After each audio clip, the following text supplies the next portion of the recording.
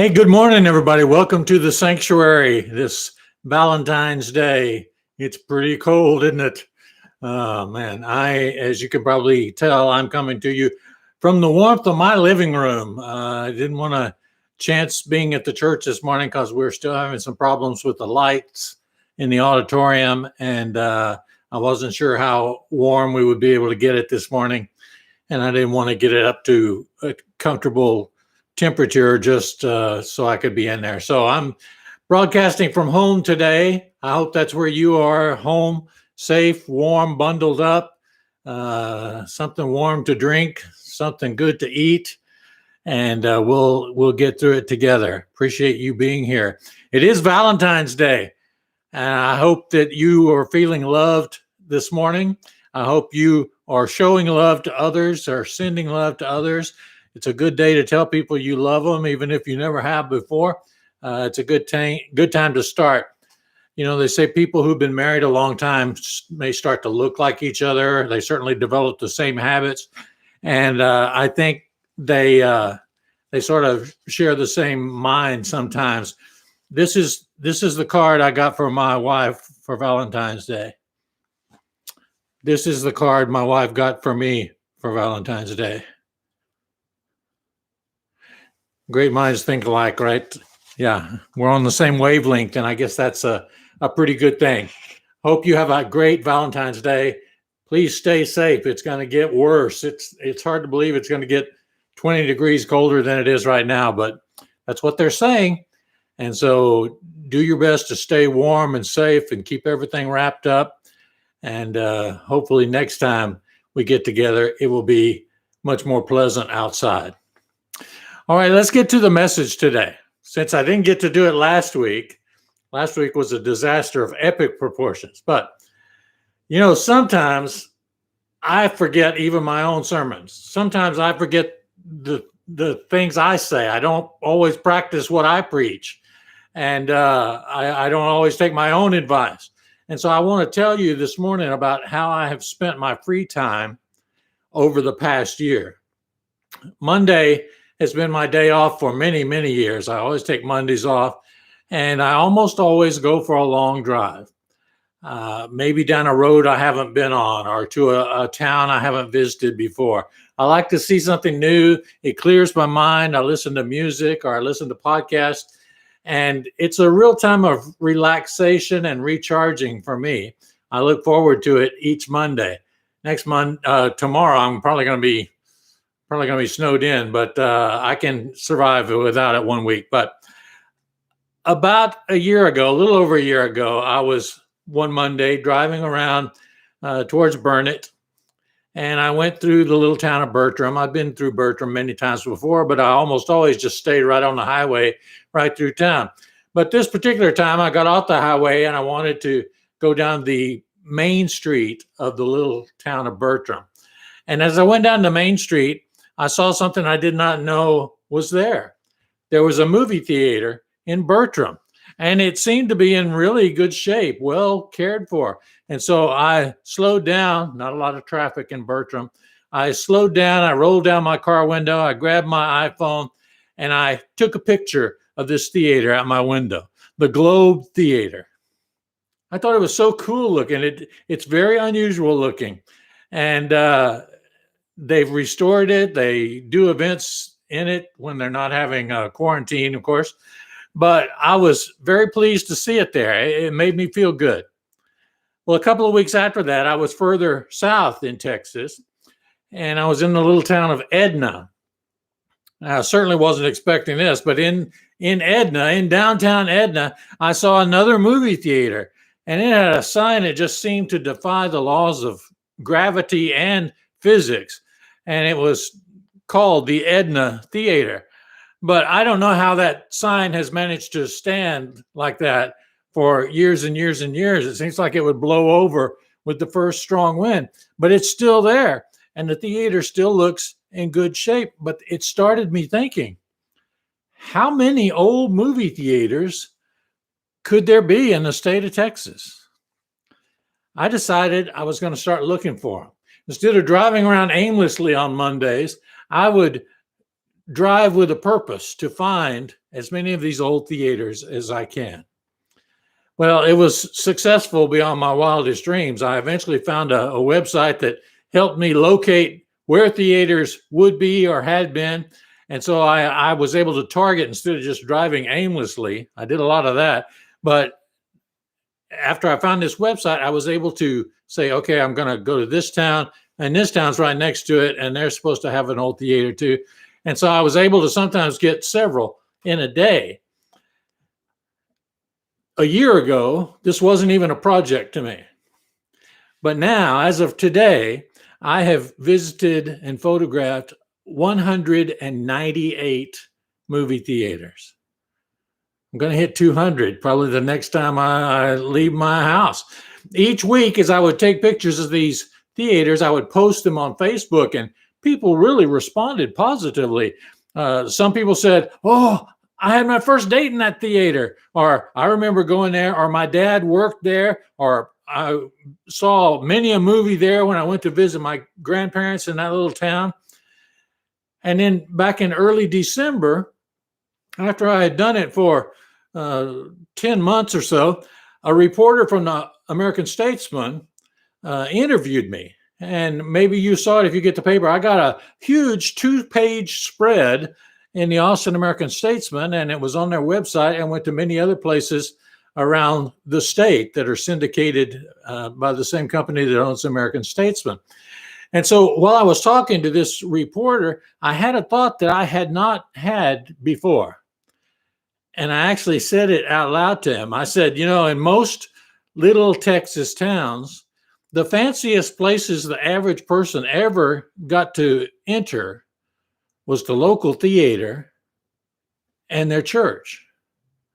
I never put that connection together before, but it started to percolate in my mind, as most of my thoughts and ideas do.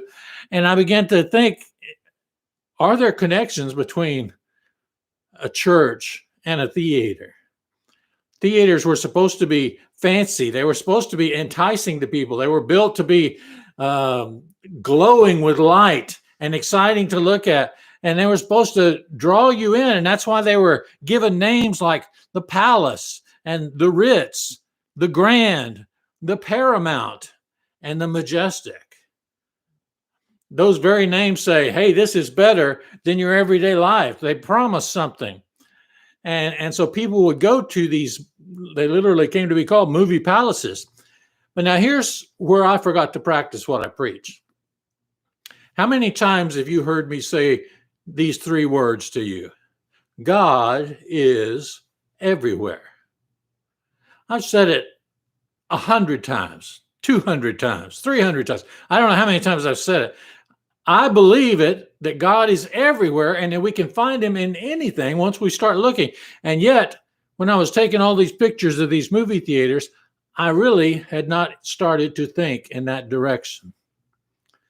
Well, a few months ago, in the midst of quarantine, I went to have dinner with a friend of mine in Dallas. And we were socially distanced from everybody else and everything. And we sat there having dinner, and he had been following me, my tour, my project. And several times a year at his church in Dallas, he gets a chance to fill in for his pastor.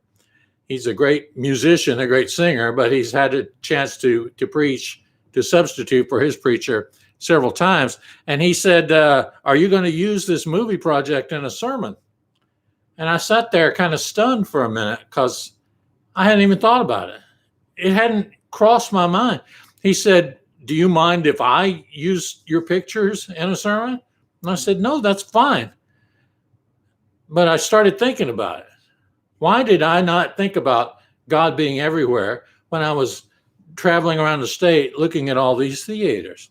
God is everywhere, but it has taken me up until now to find him in this project of mine.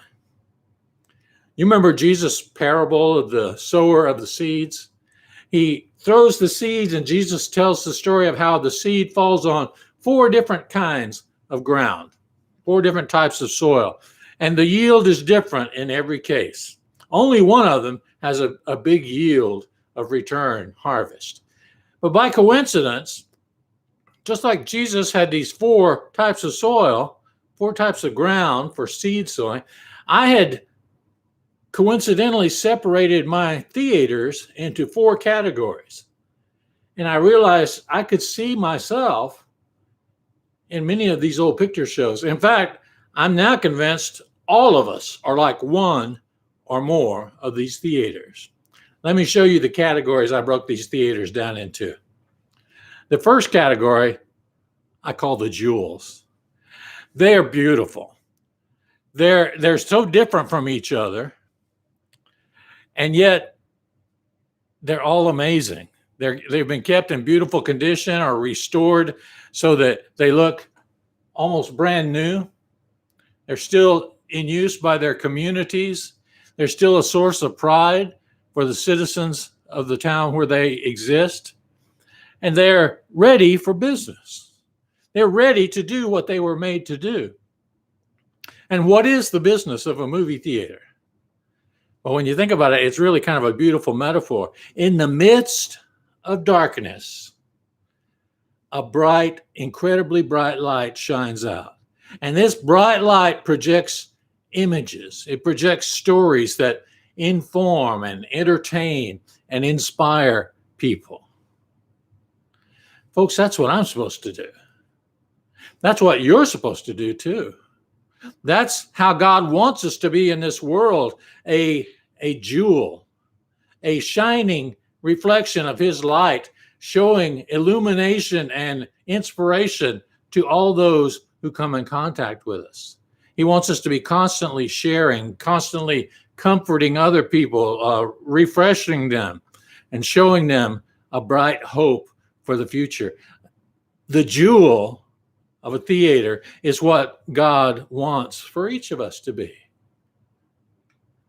But the second category I found was what I call the fixer-uppers.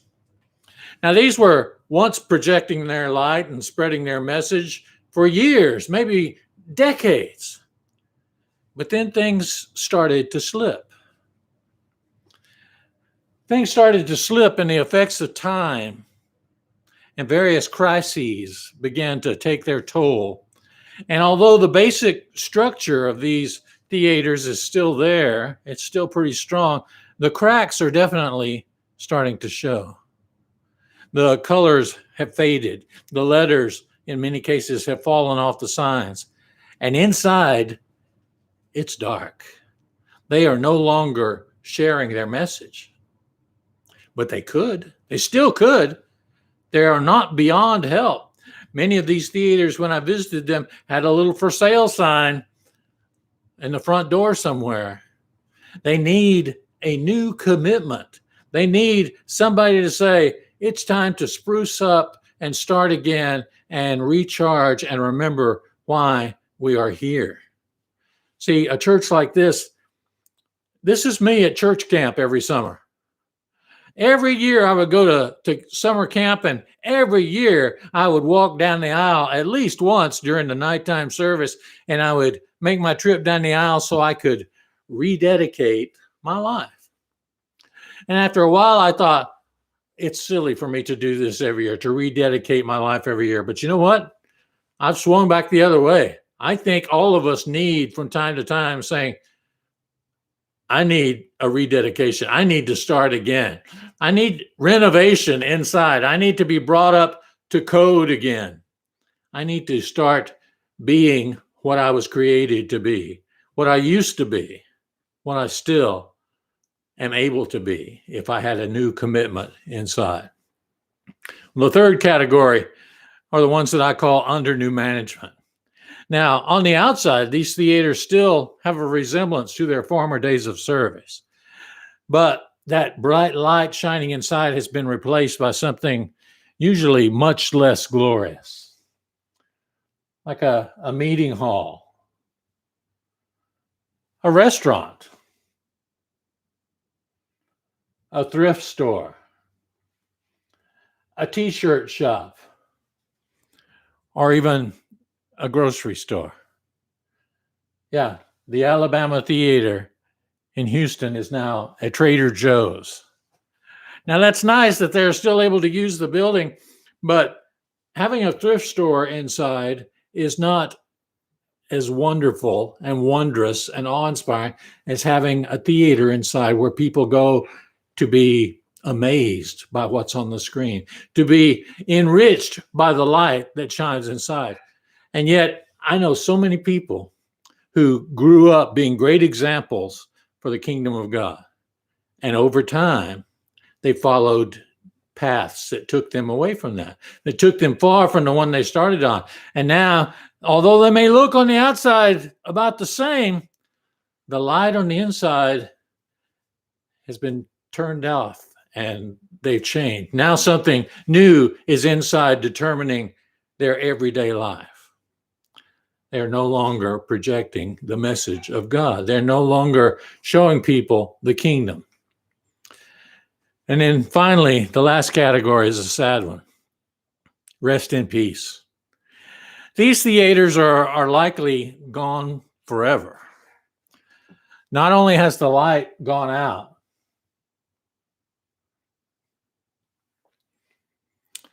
but there's no longer any pretense of maintaining their identity and their purpose in life. Maybe the roof has caved in. Maybe things have begun to grow inside them. Maybe now, look at this one. There are trees growing right up through the roof, inside and outside. It is just barely having a vestige of a theater at all. Maybe the roof is caved in and now it's a home for birds and bats and vandals and water damage. Maybe it's been completely taken over by nature and everything that was once divine has been choked out. You know, when I first started traveling around the state, I wasn't even going to take pictures of places like this. But I actually developed some great feelings for them. How many times have you felt like an empty shell? How many times have you sat and wondered, how did I get so far from that time when I was proclaiming the message of love and grace for everybody to see? How did I get from there to here? See, these are the fixer-uppers who never got to be fixed up. They lost their light inside, but they never replaced it with anything else. Not even a thrift store or a restaurant or a grocery store could function in a shambles like this. They never replaced their light. And so now they just sit and they wait and they decay and they crumble more and more by the year.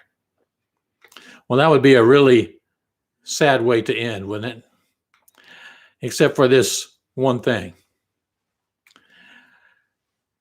One fact. A great many of the beautiful picture shows like this one spent years or even decades looking like this one. Many of the ones who are now jewels have a historical marker on the front.